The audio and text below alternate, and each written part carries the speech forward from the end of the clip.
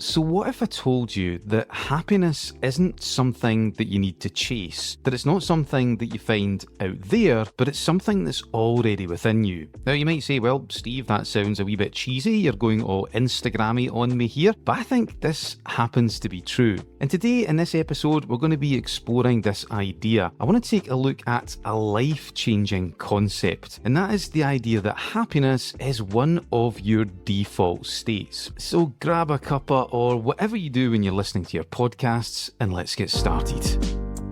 Hey there and welcome to the Stress Less Living podcast. My name is Stephen Burns and I've been a practicing coach, trainer and hypnotherapist for 25 years. Each week I'll share easily digestible bite-sized ideas that you can immediately put into practice so that you can live a more harmonious and balanced life. Because life is challenging, but whatever we encounter, we always have a choice. We can take the easy route or the hard route, the low stress way or the high stress way. Well, the Stress Less Living podcast is about always looking for the easy routes in life, the low stress ways to accomplish your goals, get more of what you want, and ultimately live a happy and more effortless life. So if you're looking for the perfect antidote for the chaos of modern life, my friend, you are absolutely in the right place. So let's begin. Happiness. So we're often told it's something that we have to work for, strive for, or even chase. But today in this episode, we're going to be looking at happiness through a completely different lens. I want to share a profound idea with you, and that is that happiness is not just something that you create. That is part of it, of course, but at its core, it's something that's already within you right now. That happiness is one of your default states. So the way I like to think about it is that happiness is a bit like a sphere with layers to it. So the outer layers are the happiness that we create through our actions, our values, and our purpose. So things like setting goals, spending time with loved ones, doing things that you're passionate about. Those things do create a certain amount of happiness, right? They are important. But I want to suggest that when you look beyond the surface, at the very core of this sphere is something deeper, something more powerful. It's an innate, natural state of joy that's already part of you and always has been. And you can access that and feel a sense of happiness before you go after all of those other things, those outer layers. And I think this is such a profound idea because it means that no matter what's happening in your life, no matter how messy or difficult things feel, there's a baseline level of happiness you can always access, you can always count on. So there's a metaphor that I think captures this idea perfectly. So it's called the painter and the sculptor. So one day the painter turns round to the sculptor and says, "How is it that you can carve such beautiful statues out of these big, ugly lumps of stone?" And the sculptor turned round to the painter and said, "Well, in actual fact, I don't. In reality, the statue is already alive inside the stone, and all I do is chip away at what doesn't belong and chisel and refine what's already there."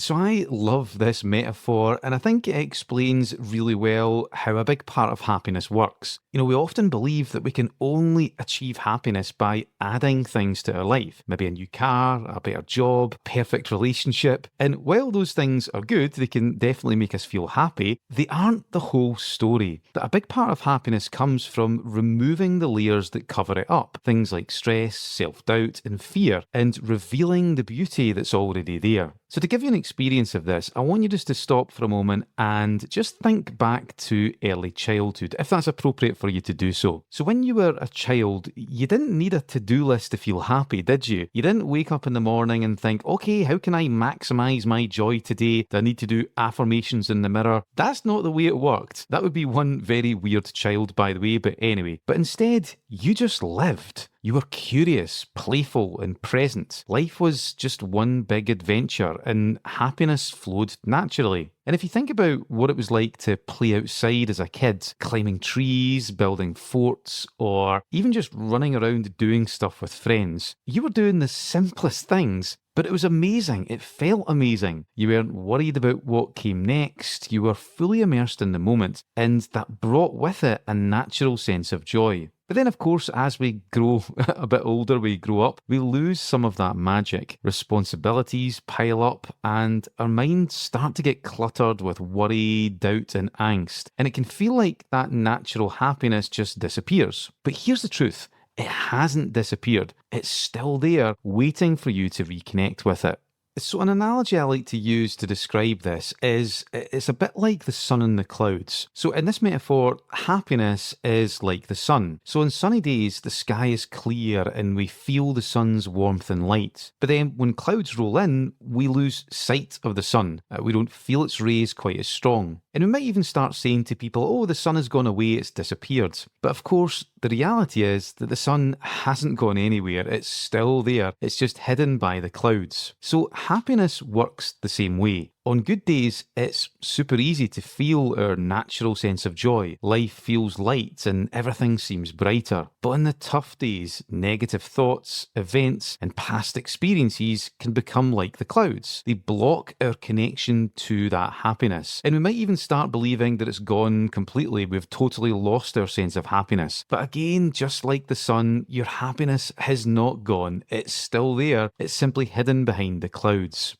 So I think this is such a comforting idea because no matter how cloudy things might feel, there's always a way to let the clouds part and reconnect with your happiness. Joy and contentment is always a lot closer than what you think. So that's the general idea, but how do you actually implement this? Let's go practical. How do you part the clouds and reconnect with this default state of happiness? Well, I want to explore two powerful methods. And method number one is called the beauty within. So this is where you take the time to appreciate the simple and beautiful things that are already in your life. You know, I remember reading about a man who was wrongly imprisoned for 15 years. And when he was released, people asked him how he was planning on celebrating. Would he go on an exotic vacation? Would he take an epic adventure? What would be all these incredible things he was going to do? And his answer was beautifully simple. He said, no, I'm not going to do any of those things. To be honest, I just want to enjoy a glass of wine with a friend and maybe take a walk in the countryside.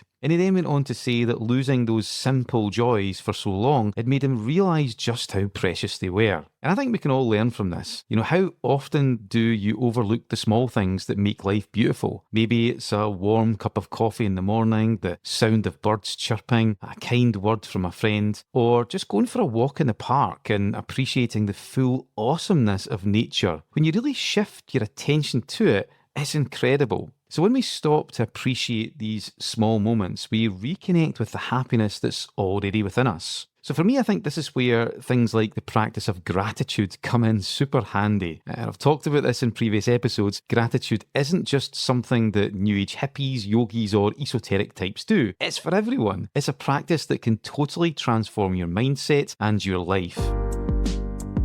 Are you someone who struggles with work-life balance? You find it difficult to maintain harmony between career ambitions and your personal well-being. You're doing your best to balance demands and deadlines with the other important aspects of your life, but things like burnout, stress, and a nagging sense of guilt seem to forever lurk in the background. Well, one of the best first steps that you can do to create more balance is to do a full life audit. This is a powerful process that helps you highlight areas of your life that are a little bit out of sync that potentially need addressing so that you can be more in harmony. So if you want to do a life audit, then I have a free PDF that will take you through the entire thing. To get access to that, please check the show notes. You'll see a link and all the information you need.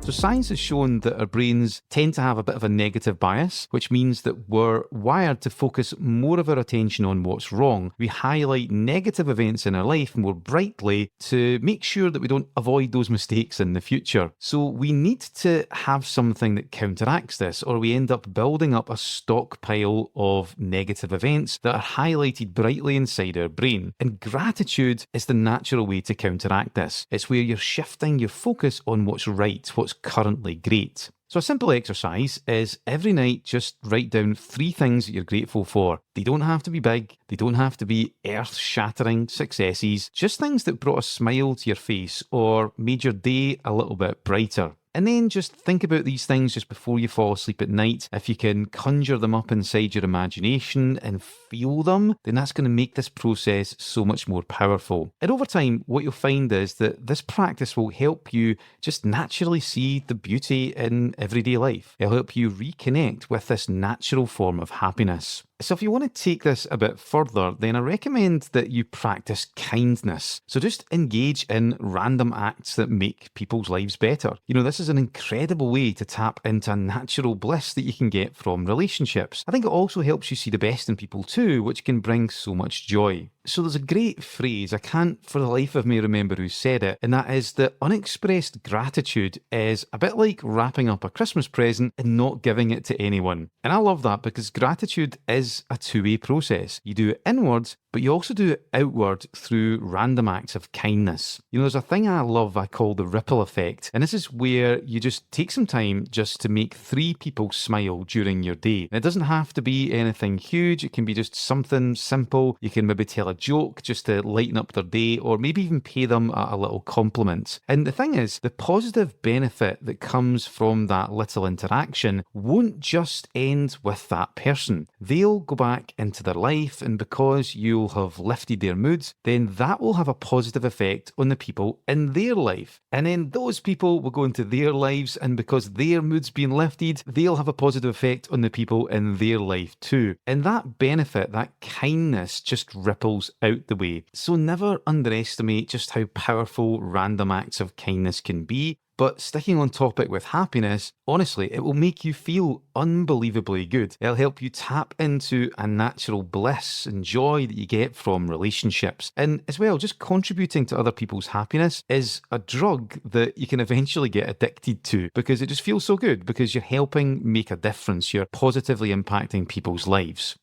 So that's the first method. The second method is something I've talked about in previous episodes, but it's well worth revisiting, and that is to practice single tasking. So we've all heard of multitasking, right? And this is where you try to do many things at the one time, like answering emails while watching TV or scrolling on your phone. But here's the truth, multitasking isn't actually real. All you're doing is you're switching between tasks quickly, and it makes each individual task we're attempting so much less effective, and we end up becoming much more stressed as a result. And that's been shown time and time again across many different pieces of research. But single tasking, on the other hand, is where you're giving something your full attention. You're doing one thing at a time. You're fully immersing yourself in whatever it is that you're doing. And this isn't just good for productivity, it's a game changer for your happiness. Because when you single task, you train your brain to be present, to be in the moment. And when you're fully present, when you're fully in the moment, that's when your natural happiness comes to the surface. You don't have to force it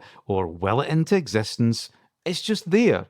So I appreciate that single tasking is not easy for everyone. Some people find this a real challenge, but it does get better with practice. It's a bit like a muscle. When you train it, it gets stronger, and when you try to do multitasking, then it gets weaker. So view it in that way, and I'd recommend that you just start off simple. So if you're watching a movie, put your phone away, immerse yourself, commit to the movie, no sneaky texts at the same time. If you're spending time with friends, again, put your phone away or put it on silent at least. Be fully there, listen, laugh, connect. Do all the things that you do when you're fully immersing in that experience. And even when you're doing things like mundane tasks like washing the dishes or walking to the store or the shops, focus on the sensations and the experience that you're having. Pay full attention to what you see, hear, feel, taste, touch and smell without judgment. Treat every experience as a mindfulness moment. And the more that you practice single tasking like this, the more you'll extract joy and meaning from even the simplest moments. So that's 2 methods that can help you internalize this powerful idea that a default amount of your happiness is already within you right now, just like the sun behind the clouds or the childlike wonder you used to feel. And actually on that, I want to add in a third bonus method that you can try. I just thought of this, or I was reminded of this as I was talking through this episode, and that is where you spend some time reigniting that childlike wonder. So in a similar fashion to what I got you to do near the start of this episode, if you recall a time from your early childhood when you were just playing with abandon, where you weren't worried about the future, you weren't thinking about your to-do lists or all of those things, you were simply just enjoying life, you were simply just living. So when I do this, I always go back to a childhood memory that I had when I was playing in the back garden. So when I was playing with friends, we used to role play the Olympic Games. So we'd allocate different sections of the garden for different sports, different events. happiness. So across one side would maybe have the